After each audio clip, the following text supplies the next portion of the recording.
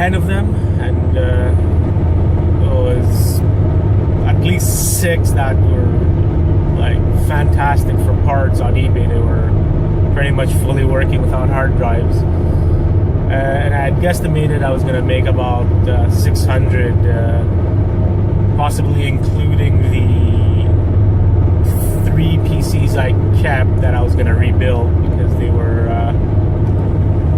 I wouldn't say recent, but they had pretty good hardware. There were i3 and i5 CPUs in there. So they're recent, but not super recent.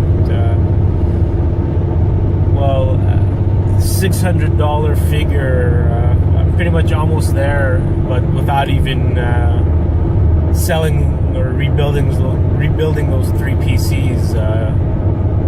Just on the parts on some of those PCs I tore down have netted me about 300, and I still have 2 motherboard, CPU, and memory, I guess, kits if you'd like, or lots or ensembles or something like that. I'm not sure what you'd call them. Much selling them all together, and I should get about another 100 out of those. I also have 2 power supplies that I have for sale, but I haven't gotten much action on those. So I think just the parts are gonna leave me about 400, since all the parts I've sold until now are 3, and I'll about another 100 left in parts.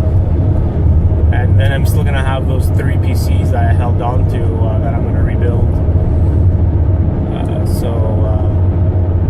That should bring me at least another 300 or 400. So not bad for picking up some scrap someone's gonna throw away in the garbage.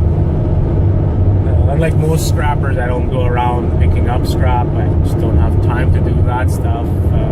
Most of the scrap I get is, I guess, a byproduct of what I do, since I do a lot of electronics. So I get left over with a lot of scrap. Up until maybe, I would say, 3 years ago, I was just throwing all of this in the trash.